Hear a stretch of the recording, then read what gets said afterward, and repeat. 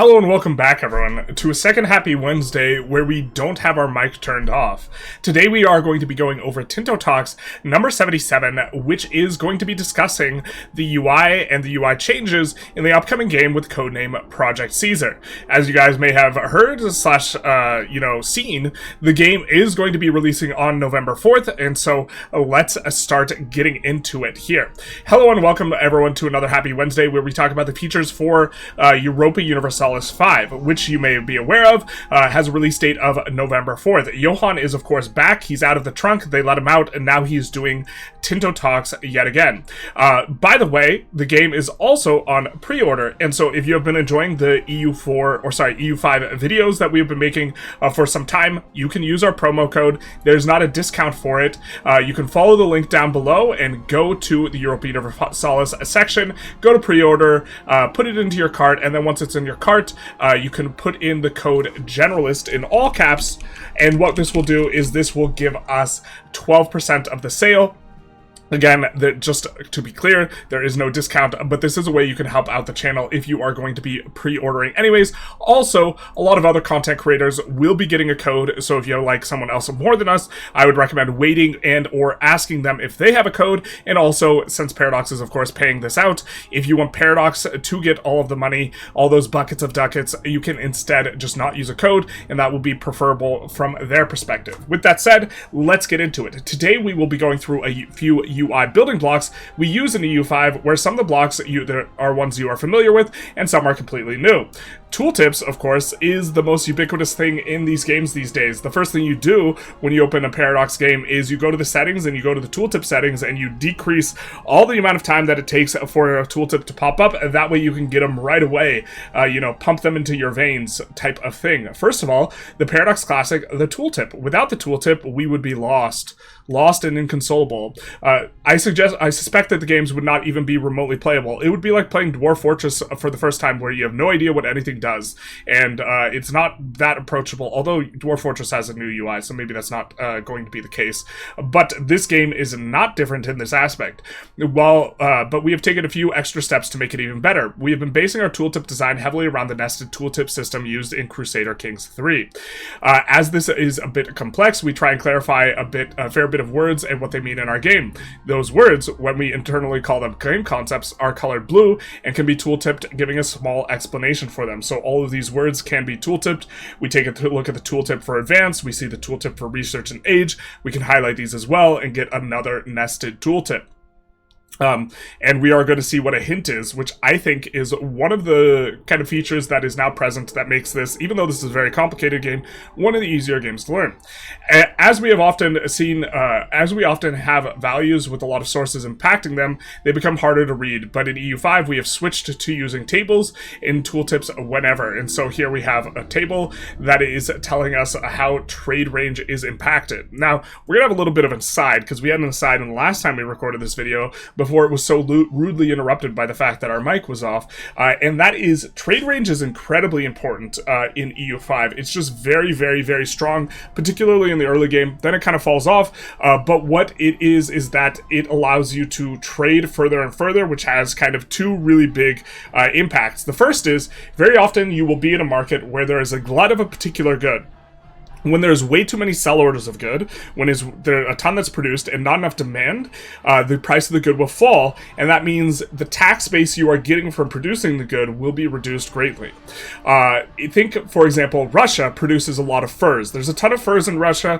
I can't remember the base price of fur. It may be 2, it may be 3, but the price gets depressed. Let's say it's 3, it gets depressed down to 1, and now you aren't getting a lot from the furs. What trade allows you to do is twofold. There's going to be places in Europe where there's not a lot of furs, and when you ship furs to them, you will get value in two ways. First of all, the marginal difference between the price of furs in your market and their market is going to be received in terms of trade profit, less the amount that it takes to maintain the trade. And so if they have a price of furs because they don't have any of it, it's high, of 5, and you have a price of 1, for each trade route you're going to get 4 ducats. That's almost buckets. But also, as you trade stuff out of your market, the price within in your market is going to increase because you're adding buy orders, and so maybe the price of furs goes all the way up to something like 2. And now the price of furs is higher, you've doubled the amount that you're getting to the tax base. So that's thing one, is economically speaking, it helps out a lot in multiple ways, not just the trade value, but also the production side of the value, because you're able to push out prices of things you export. Secondarily, it is also very important in the early game for pushing institutions. One of the biggest pushes for institutions is going to be based on importing goods from someone who has the institution. Since trade range is very limited in the early game, places like Russia are actually going to struggle to get the institutions in the second age. Struggle quite a lot, and with the current game balance. And so having additional trade range is really, really valuable for being able to pull the institutions in. A particularly striking example is the Mamluks, who have, in kind of the first 2 ages, I believe 2 trade range bonuses, and having trade range bonuses in the first 2 to 3 ages is really, really, really strong. Rate that quite highly. If it's in the later ages, it's not as important. And so they could actually pull from India spices, for example, and when they're pulling the spices, India eventually will get meritocracy. They pull the meritocracy institution. And they can also pull stuff from Italy.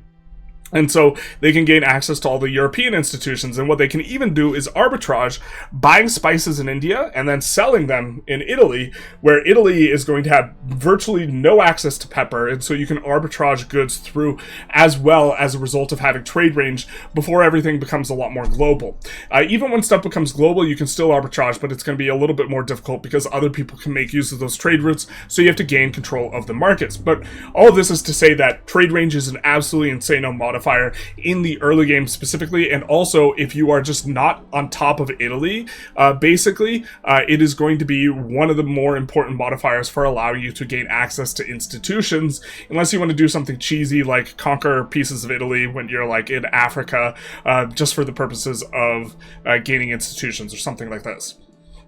But a final thing we have in this tooltip is actions, so it will show what will happen when you click on a button with the left and right mouse button. Almost every button is going to have a left click and a right click, and so really getting kind of double dipping going on with what we could do with our buttons, because we are going to have 2 things. So you can see here, this is English trade capacity is the thing we're looking at, and we can click a button to look at the trades in the market, and we could click on a different one to open the outliner to start building in the market. So we got quick actions here to right click and do some relevant activities. If the action is not possible, there's a small condition block of the tooltip showing why. We see manorial courts. This is state privilege. Don't think it's very strong. Let's take a little moment to analyze it. It is going to be available to the nobles, and we will have 5% satisfaction of the nobles and plus 50% power. Generally, we're happy to receive satisfaction, but the 2 estates that are best to have satisfaction on, in my opinion, are the peasants and the clergy. The clergy because their satisfaction bonus is really good, and the peasants because you extract a lot of tax from both the peasants and the burghers. The reason it's not that valuable in the burghers is because the burghers have so many estate privileges, they have so much access to satisfaction, it's really not that big a deal. But the peasants, it's really hard to kind of find this level of satisfaction in, and so it's going to be valuable on them. The nobility, it's like going to be one of the weaker ones to get satisfaction on. And taking a look here, max tax for a noble's estate. Max tax is a really strong modifier. It's very strong on burghers and peasants because they get a bigger share of the tax base, generally speaking, but it's fine enough on nobles. We see efficiency of cabinet minus 5%. This is bad early on, but eventually it gets diluted out as you stack more and more of this percentage modifier. How much this is affecting you relative to your baseline before you slot it in is going to decrease lower and lower and lower. So that's not a big deal. But the big one is going to be the monthly progress towards decentralization. You can look at things, you can look at your margin as a sort of budget. So you're going to have some progress towards centralization, some progress towards decentralization. Let's say you have 0.8 progress towards centralization and 0.5 progress towards decentralization. The values that they're subtracted or added to each other so that they basically balance out. that's not the right word, but the idea is you will, in the end, have 0.3 progress towards centralization once you subtract the decentralization from the centralization. This 0.3 progress is a sort of budget, where you just have to be positive towards centralization to ensure you won't decay back towards decentralization, and then you gain all of your progress through other means, which we're not going to bring up as much, but this is an expense on centralization progress, because if you're at 0.3 and then you slot this in, now you're at 0.2. And I think that generally speaking, the reward of the satisfaction in this, as well as the extra max tax, is not worth the budget of losing more centralization. And so I think that this privilege is not very good. It's not like a priority to revoke, though. Look at that. The revoke price, they've reworked revoke prices a little bit. Now, instead of being the standard for everyone, where everyone's is the same, it's going to scale based on the power of the estate. So it's going to be difficult, really difficult, to revoke stuff from powerful estates. And so a play pattern that I think is quite common is for the nobility specifically. You try and disempower them by going plutocracy over aristocracy before you can revoke their privileges. And if you have a particularly nasty nobility privilege, this becomes a very high priority for your nation. There is one privilege in particular that lowers control everywhere by 5 of the nobility. So if you start with that one, you're trying to get on plutocracy ASAP. But continuing on here, we have the outliner. Now, we use the condensed version of the outliner. This is the detailed version. This is the building block we've had for almost 2 decades to have quick tracking of armies, constructions, and other things in progress. In EU5, there are now 2 versions of the outliner, that's 2, where you can use the simpler one if you feel the normal one is too noisy. So we do use the simpler one, generally kind of preferring to navigate things through. I think generally in terms of play patterns, I'm mostly cycling through different sorts of map modes, more so than tracking stuff through the outliner. But okay, and of course we go to the settings. You could toggle what you want to be able to see. Almost everything in the UI is highly customizable, which I think is just excellent from a usability perspective, and you can fiddle with it. We're probably going to release a video where we show our UI settings and why we've chosen some of these things, but you can see here you can decide what gets in there.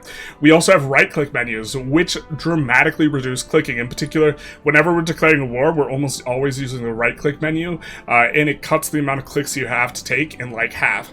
But as with many of our games, we have context-sensitive right-click menus that appear when you right-click locations, countries, characters, or units. This can save time doing things you wish to do quickly.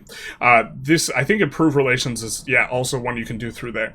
The menu below is what we get when we get right-clicking a foreign location on the map. The bottom button allows you to go to location, province, and area-specific actions instead. You can see that this is these 3 here, but the big one is the diplomacy one. These are kind of some of the most common things you're going to do. You can open the country panel to go to more detailed stuff. You can open all diplomatic actions to open up all the actions, go to capital if you care about where their cap is, and then here are just some of the most common diplomatic actions you're going to take just right here and available. And so I think this is the preferred way of decking war because I think it's fewer clicks, but it is a very nice thing that you can go through and right-click on stuff on the map to be able to pull up this context menu.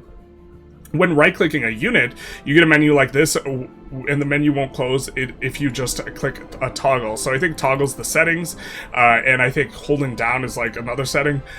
But we have here a lot of the choices that you can make regarding the army. I generally am not using this as that much because this doesn't really reduce the number of clicks, but this is something you can do. It is maybe a little bit less busy than the unit selection itself. If you wanted to select the unit and then click on one of these, this type of thing. Also, disband unit. This is an example of right-click and left-click doing different things, or at least in the unit UI.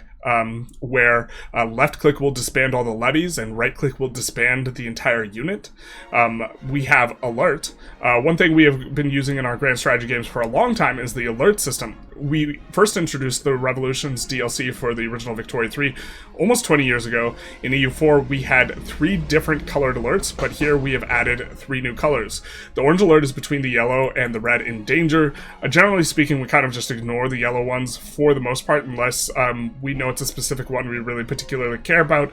I know people who watch us play Victoria 3 like to tear out their hair because we kind of ignore a lot of these alerts, generally speaking, in that game. The blue alert, which is For pure UI hints, like the tutorial notifications or not having a control group, here we can see, I think this is hints or something, and then this is I forget which one that is, but these are, of course, these are UI and tutorial type stuff. And the purple alert for situations and disasters, purple being pretty important, or it's important to be aware of a situation or disaster, even if you're not clicking on it all the time.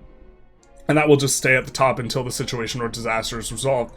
You can always discard an alert if you think it's noisy, and it will only appear again if the conditions change. You can discard the alert, of course, by right-clicking. We have messages, another thing that is fully customizable. Another classic that has been with us since the original Europa Universalis at the start of the millennium is our message system, where every message in the game can be configured to show in the news log, be shown as a pop-up with a pause or not, or be shown as a text message on the map. You can configure all of these in the settings in here, where you will look at message settings. Of course, it's going to have a search bar, which brings us to our next category, searches and filters. One of the new systems we have developed for EU5's, Project Caesar, is our concept of a search filter for each list and element of the game.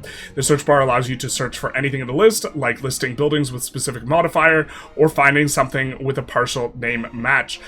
We often use this when filtering through buildings to find the building we want, because we know the name of it, because we can remember, and also we use it to find resources in the market quite a lot. I do wish that there was a way to kind of tag commonly filtered resources in markets in particular, or something like this, which would reduce the need to use the search bar. But the search bar is ubiquitous. It's everywhere, and it is super nice when you know what you're looking for, and it makes it so you don't have to scroll through a whole bunch of stuff, try and pick it out with your eyes, which are deteriorating because you're getting old, crushed by the wheel of time slowly churning its way through reality as you get closer and closer to your eventual demise, and knowing that there's nothing you can do to stop time as you slowly get older and fade away into nothingness. Also, you're better able to find things with the search bar, so that's pretty nice. Another good thing with the filters is that you can go easily from, say, a selected location, then select the number of population there, and it will go to population view with that location as a filter. The filter is also extremely nice. When building, specifically on the RGOs, we use the filter a lot to filter out stuff that has already been fully expanded. We use it to filter types of buildings, this type of thing, and it is quite nice to be able to do this. I think there's maybe some changes that I would like to see from this. Probably leave feedback on it, like it's saving your settings and then you just clearing your filters. And then really do like that you can reset the filters with just a click if it's a right click. Again, we're seeing that almost every button is going to be getting double duty in terms of right click and left click for what it is going to be doing. Let's continue on. Map mode color ledgers. Another good thing we have added to the game is the color ledger for most map modes, so you can see what colors actually mean. We've added the button next to the current map mode, so you can toggle it at any time. I think this is excellent for new players. We have toggled this off and have not since toggled it back on. I think it's really cool. I think it's really neat. We know what the things mean, so we don't need a key, so that just kind of obscures our field of view. But you can toggle it on and off, which is excellent. If it was stuck on, that would be kind of annoying, but as it stands now, we are kind of playing without it. We see hints. Now, this is one of the more complicated games. There's so many interconnected parts, and I think that hints are a really good way of conveying this information to the player, such that in terms of its complexity, it's going to be relatively easy to learn, which is not to say that it is easy to learn. It is relative to its complexity. Words matter. I'm not saying the game is easy to learn. But let's continue forward. We have our hint system, forward like the wheel of time. We have our hint system. This can be accessed from the top left menu, and you can also shift-click alerts on many buttons in the game to get a specific hint relevant to it. So, if you are going to be newer and trying to figure out the game, remember you can shift-click. A hint is a flavorful quote at the top, where the characters will be the ones with the best stats you have in your country will give you their advice on the selected hint. Here's the quote. This was, of course, inspired by the advisors of Civilization 2, which makes us feel old. We remember buying that at a book fair when we were a child. You also have an explanation of the reason for the hint, and a few suggestions for the actions you can take to alleviate or remove the problem. any yellow hint is clickable and will take you to the panel where you can do something about it. Here we have our hint for the lack of a commander, and you can see here there are going to be recommended things that we could do. We could click the alert to find a suitable character for the unit. You should pick one based on their abilities. I'm sure if you highlight this or hover this abilities tooltip, you will get a little bit of a notification about abilities are and how they work. Each of the abilities does go in and affect how the commander is going to be, like diplomacy affects morale. I think movement speed is affected by your martial skill, or whatever it's called, military. I forget what it's called exactly, but it is telling us that we lack a commander and is giving us some stuff we can do about it. You can also select your unit from the map or from the outliner to select it, so you don't need to go through that level of tooltip. If we do not have any good commanders available, we can try training one from the units panel to recruit a commander. You do not start a battle, and then it gives us extra context here. You do not start a battle without a capable commander. You're going to get wrecked. Some characters have traits that make them better for the task, and laws can put restrictions on characters eligible for command, and so it is providing you very kind of the way to think about it is EU5 is not really a game where there is a bottom piece, a foundation, and then you scaffold and you build a whole bunch of information on top of it in terms of understanding the game. It's really a lot more like a web where a bunch of things are interconnected and there's no like scaffolding of information in that way, which makes kind of making tutorials for it or like this type of thing or researching for this difficult. But what this hint does is provide you a lot of context of the features that are interconnected with the particular thing you are looking at. And so I think that this is really great for a new player who is learning the game to try and figure out what's connected, what matters, what's important. You can see here that there is an importance indicator next to the hints, and I do think that in terms of figuring the game out, this is absolutely tremendous. But this can be really helpful to teach you the game mechanics. Exactly.